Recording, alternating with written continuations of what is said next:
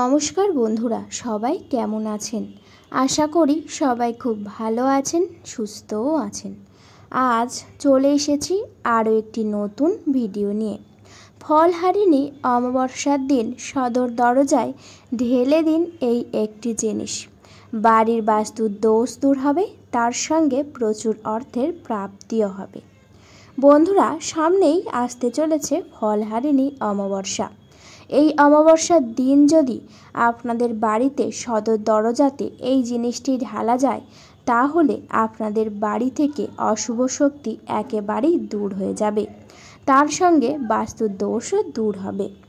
আসুন বন্ধুরা, জেনে নিই সেই জিনিসটা কি এবং ঠিক কীভাবে সদর দরজায় ঢালতে হবে। তার আগে বলি বন্ধুরা, আপনাদের কাছে একটাই অনুরোধ, আপনারা পুরো ভিডিওটা দেখুন, একদমই স্কিপ না করে। আর হ্যাঁ বন্ধুরা, আপনারা যারা আমার চ্যানেলে নতুন, অবশ্যই করে চ্যানেলটিকে সাবস্ক্রাইব করে পাশে থাকবেন। বন্ধুরা, ফলহারিণী কালী পূজা হলো বাংলা ক্যালেন্ডারের জ্যৈষ্ঠ মাসে দেবী কালীকে উৎসর্গ করা একটি অত্যন্ত শুভ দিন। ফলহারিণী কালী পূজা 2024 তারিখ 5 জুন এবং 6 জুন। দিনটি জ্যৈষ্ঠ মাসে অমাবস্যার দিনে পড়ে। কোনো অঞ্চলে 5 জুন রাতে পূজা অনুষ্ঠিত হবে। অমাবস্যার তিথিতে পূজা অনুষ্ঠিত হওয়ার জন্যে মধ্যরাতে সকলকে কিন্তু উপস্থিত থাকতে হবে। এবং বন্ধুরা, দিন শেষে সবচেয়ে গুরুত্বপূর্ণ আচারগুলির মধ্যে রয়েছে কালীর নাম সংকীর্তন, অঞ্জলি, আরতি এবং ভোগ। আচার ও পূজার অমাবস্যার দিনে রাতে শুরু হয় এবং পরের দিন ভোর 3টে পর্যন্ত চলে। কোনো অঞ্চলে ছাগল বলি দেওয়া হয়। আজকাল মানুষ পশুর পরিবর্তে সবজি কাটে। আখ ও কুমড়ো কেটে দেবীকে নিবেদন করা হয়। পুজোয় চাল কুমড়ো নামে এক বিশেষ ধরনের কুমড়ো ব্যবহার করা হয়। এছাড়াও বন্ধুরা, জ্যৈষ্ঠ মাসের অমাবস্যা হয় ফলহারিণী কালী পূজা। এমন দিনে বিভিন্ন অশান্তি, মহামারী, বাধাবিঘ্ন থেকে মুক্তি লাভ করতে ফলহারিণী অমাবস্যার দিন মা কালীকে অর্পণ করতে হয় যে কোনো ফল। শাস্ত্রদের মতে মাকে তুষ্ট করতে ফল দিয়েই তার পূজা করলে হবে। এই ফলহারিণী অমাবস্যা জ্যৈষ্ঠ মাসে যেমন পাওয়া যায় আম, জাম, লিচু, কাঁঠাল ইত্যাদি নানান রকম ফলের সময় ফল পাওয়া যায়। সাধক তার ইষ্ট দেবীকে বিভিন্ন ফল প্রসাদ নিবেদন করে থাকে। সেই জন্যে বন্ধুরা, এই ফলহারিণী অমাবস্যার দিন অবশ্যই করে মা কালীকে দান করবেন এই বিশেষ রকমের ফল। তারপরে বলি বন্ধুরা, ফলহারিণী অমাবস্যার দিন চেষ্টা করবেন অনেক সকালবেলা ঘুম থেকে উঠে যাওয়ার। এবং বন্ধুরা, তারপরে বাড়িতে অবশ্যই করে গঙ্গার জল পুরো ঘর, বাড়ি এবং সদর দরজাতে ভালো করে ছিটিয়ে দেবেন। তারপরে বাড়ি ঘর মুছে একেবারেই পরিষ্কার করে নেবেন। কারণ বন্ধুরা, অমাবস্যাতে যদি বাড়িঘর নোংরা থাকে বা আবর্জনা যদি থাকে, তাহলে কিন্তু বাড়ির মধ্যে অশুভ শক্তি প্রবেশ করবে। সেই জন্যে বাড়িঘর অবশ্যই করে পরিষ্কার করে নেবেন।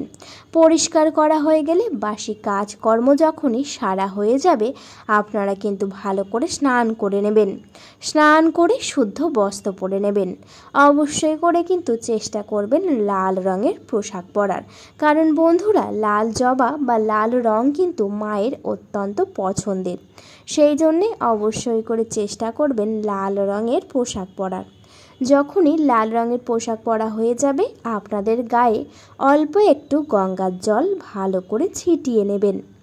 গঙ্গার জল ছেটানো হয়ে গেলে আপনারা চলে যাবেন আপনাদের বাড়ির ঠাকুর ঘরে। ঠাকুর ঘরে গিয়ে ভালো করে ঠাকুর ঘর মুছে পরিষ্কার করে নেবেন।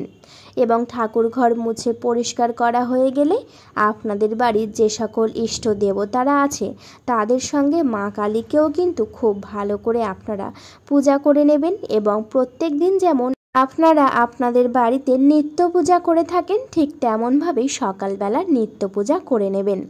যখনই নিত্য পূজা করা হয়ে যাবে আপনারা কিন্তু প্রদীপ জেলে অবশ্যই করে মাকে আরতিও করে নেবেন। তারপরে শাঁখ কাঁসা ঘণ্টা বাজিয়ে মায়ের পূজা একেবারেই সম্পূর্ণ করে নেবেন। সকালে যখন মায়ের পূজা সম্পূর্ণ করা হয়ে যাবে আপনারা তারপরে কিছুক্ষণ বাইরে বেরিয়ে আসবেন, তারপরে আবার যাবেন ঠাকুর ঘরে। ঠাকুর ঘরে গিয়েই কিন্তু অবশ্যই করে যে সকল ভোগ নিবেদন করেছিলেন সকল প্রকার ভোগ তুলে নেবেন এবং বন্ধুরা সবাই কিন্তু প্রসাদ হিসাবে গ্রহণ করবেন। যখনই সকালবেলার ভোগ নিবেদন করা হয়ে যাবে ঠিক তারপরে সন্ধ্যাবেলা চলে যাবেন ঠাকুর ঘরে। সন্ধ্যাবেলায় যেহেতু আমাদের অমাবস্যা তিথি লাগছে সেই জন্যে অবশ্যই করে সন্ধ্যাবেলায় এই কাজটি করতে হবে। সন্ধ্যাবেলায় শুদ্ধ বস্ত্র পরে গায়ে গঙ্গার জল ছিটিয়ে নেবেন। তারপরে অবশ্যই করে ঠাকুর ঘরে প্রবেশ করবেন। ঠাকুর ঘরে প্রবেশ করে ঠাকুর ঘর মুছে পরিষ্কার করে নেবেন এবং বন্ধুরা যে স্থানে আপনাদের বাড়ি মা কালী বসবাস সেইখানে গিয়ে মা কালীকে অবশ্যই করে কিন্তু একটি লাল জবা ফুলের মালা অবশ্যই করে পরিয়ে দেবেন। তার সাথে সাথে লাল কাপড়ও ভালো করে পরিয়ে দেবেন। যখনই লাল কাপড় এবং লাল ফুলের মালা আপনাদের অর্পণ করা হয়ে যাবে তারপরে আপনারা কিন্তু অবশ্যই করে বিশেষ ফল নিয়ে মাকে অবশ্যই করে নিবেদন করবেন। যেমন এখন জ্যৈষ্ঠ মাসে আম, জাম, কাঁঠাল ইত্যাদি অনেক কিছুই পাওয়া যায়। অবশ্যই করে চেষ্টা করবেন যা ফল দেবেন বিজোড় সংখ্যাতে দেওয়ার। সমস্ত ফল নিয়ে মাকে অবশ্যই করে অর্পণ করে দেবেন। তারপরে কিন্তু আপনারা ধূপ জ্বালবেন এবং প্রদীপ জ্বালবেন, বাতিও জ্বালবেন। জেলে মাকে ভালো করে আরতি করে নেবেন। আরতি করা হয়ে গেলে আপনারা হাত জড়ো করে ভালো করে মাকে প্রণাম করে নেবেন। তারপরে আপনাদের লাগবে একটি তামার পাত্র। হ্যাঁ বন্ধুরা, একেবারেই ঠিকই শুনেছেন। অবশ্যই করে নিয়ে নেবেন একটি তামার ঘটি বা ঘট, আপনাদের কাছে যা থাকবে সেই তামার পাত্রতে অবশ্যই করে আপনারা কিন্তু পরিপূর্ণ করে গঙ্গার জল ভালো করে দিয়ে দেবেন এবং গঙ্গার জল যখনই দেওয়া হয়ে যাবে তার মধ্যে কিন্তু অল্প পরিমাণ আপনারা দিয়ে দেবেন কালো তিল এবং তার সঙ্গে বন্ধুরা অবশ্যই করে দিয়ে দেবেন 3টি লবঙ্গ এবং তার সঙ্গে ঠিক বন্ধুরা আপনারা দিয়ে দেবেন মাকে যে লাল জবা ফুলের মালা আপনারা পরিয়েছিলেন সেই জবা ফুলের মালা থেকে আপনারা অল্প একটু ফুল নিয়ে নেবেন এবং সেই ফুলটি নিয়ে অবশ্যই করে সেই ঘটের মধ্যে রাখবেন এবং তারপরে সেই ঘটটি নিয়ে বা সেই তামার ঘটিটি নিয়ে কিন্তু অবশ্যই করে মা কালীর চরণে রাখার চেষ্টা করবেন এবং তারপরে বন্ধুরা হাত জড়ো করে মা কালীর নাম 3 বার বলবেন। জয় মা কালী, জয় মা কালী, জয় মা কালী। এই কথাটি 3 বার বলে সেই পাত্রটি অবশ্যই করে মায়ের চরণে রেখে দেবেন। যখনই সেই পাত্রটি রাখা হয়ে যাবে আপনারা শাঁখ কাঁসা ঘণ্টা বাজিয়ে ভালো করে পূজা সম্পূর্ণ করে নেবেন। যেহেতু 5ই জুন এবং 6ই জুন থাকবে অমাবস্যা সেই জন্যে অবশ্যই করে 5ই জুন যেহেতু অমাবস্যার তিথি শুরু হচ্ছে সেই জন্যে অবশ্যই করে কিন্তু আপনারা 5ই জুন মধ্যরাতে যেহেতু কালী পূজা করা হয় অর্থাৎ ফলহারিণী অমাবস্যার দিন কালী পূজা সম্পূর্ণ করা হয় সেই জন্যে অবশ্যই করে 5ই জুন এই কাজটি করবেন এবং সেই ঘটিটি সারা রাতের জন্যেই কিন্তু মায়ের চরণে রেখে দেবেন এবং তারপরে কিছুক্ষণ বাইরে বেরিয়ে আসবেন। কিছুক্ষণ পরে আবার গিয়ে যে সকল ভোগ নিবেদন করেছিলেন তা তুলে নেবেন এবং তারপরে সকলে প্রসাদ হিসাবে গ্রহণ করবেন এবং বন্ধুরা ঠিক তারপরে ঠাকুর ঘর মুছে পরিষ্কার করে নেবেন এবং তারপরে বলি বন্ধুরা আপনারা যে প্রদীপ জ্বালিয়ে মাকে আরতি করেছিলেন সেই প্রদীপটি নিয়ে তার প্রদীপের তাপের আলো নিয়ে সবার কপালে দেবেন। এর ফলে কিন্তু সবার উপরে যদি নজর দোষ থাকে একেবারে কেটে যাবে এবং শরীর স্বাস্থ্য ভালো হবে। বন্ধুরা সেই দিন অবশ্যই করে সারা রাতের জন্য ঘটিটি অবশ্যই মায়ের চরণে রেখে দেবেন এবং ঠিক তার পরের দিন অবশ্যই করে চলে যাবেন ঠাকুর ঘরে। ঠাকুর ঘরে স্নান সেরে শুদ্ধ বস্ত্র পরে ঠাকুর ঘরে গিয়ে কিন্তু সেই পাত্রটি মায়ের অনুমতি চেয়ে তুলে নেবেন।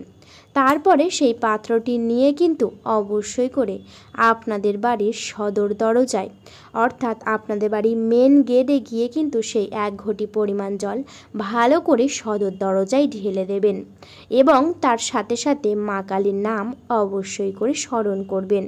বলবেন, হে মা কালী, আমাদের রক্ষা করো, আমাদের বাড়ি থেকে সকল অশুভ শক্তিকে তুমি নাশ করো। এই কথাটি বলতে বলতে সেই 1 ঘটি পরিমাণ জল কিন্তু অবশ্যই করে আপনাদের বাড়ির সদর দরজায় ঢেলে ভিজিয়ে দেবেন। কারণ বন্ধুরা, তার মধ্যে আছে কালো তিল এবং 3টি লবঙ্গ। সেই জন্যে অবশ্যই করে কিন্তু আপনার বাড়ির মধ্যে থাকা সকল প্রকার অশুভ শক্তি কিন্তু বেরিয়ে যাবে। এবং বন্ধুরা, জলটি ঢালার আগে এই ঘটের মধ্যে যে মায়ের চরণ থেকে ফুলটি দিয়েছিলেন সেই জবা ফুলটি অবশ্যই করে কিন্তু তুলে নেবেন। তারপরে কিন্তু সেই জলটি ভালো করে সদর দরজায় ঢেলে দেবেন। এর ফলেই কিন্তু বন্ধুরা, আপনার বাড়ি থেকে সকল অশুভ শক্তি এবং বাস্তু দোষ একেবারেই নাশ হয়ে যাবে। সব কিছু কিন্তু আপনাদের বাড়ির মধ্যে অশুভ শক্তি কিন্তু সেই জলের মাধ্যমে একেবারেই ধুয়ে পরিষ্কার হয়ে যাবে। বন্ধুরা, চাইলে এটি আপনারা কিন্তু অমাবস্যা অর্থাৎ 6 জুন সকালবেলাও করতে পারেন। ঠিক একই কাজ আপনারা কিন্তু আগের দিন রাতে করে রাখতে পারেন। এবং আপনারা চাইলে 6 জুনও করতে পারেন বা 5 জুন সকালেও এই কাজটি করতে পারেন। এই কাজটি করার সময় মনে অনেক নিষ্ঠা রাখবেন, ভক্তি রাখবেন এবং মা কালীর নাম স্মরণ করবেন। তাহলে দেখবেন আপনার বাড়ি থেকে সকল প্রকার অশুভ শক্তি এবং সমস্ত খারাপ কিছু এবং আর্থিক সমস্যা কিন্তু একেবারেই দূর হয়ে যাবে মা কালীর আশীর্বাদে। বন্ধুরা, অবশ্যই করে মনে বিশ্বাস রেখে কাজটি করবেন, অনেক ফল লাভ পাবেন। বন্ধুরা, সবাই একবার মা কালীকে ভালোবেসে কমেন্টে লিখে যাবেন, জয় মা কালী। বন্ধুরা, আজকের এই ভিডিওটা এই পর্যন্ত। ভিডিওটি যদি ভালো লেগে থাকে অবশ্যই করে ভিডিওতে লাইক করবেন, শেয়ার করবেন এবং সাবস্ক্রাইব করে পাশে থাকবেন। আজকের মতো আমি বিদায় নিলাম। সবাই ভালো থাকবেন, সুস্থ থাকবেন। সকলকে জানাই অনেক অনেক ধন্যবাদ।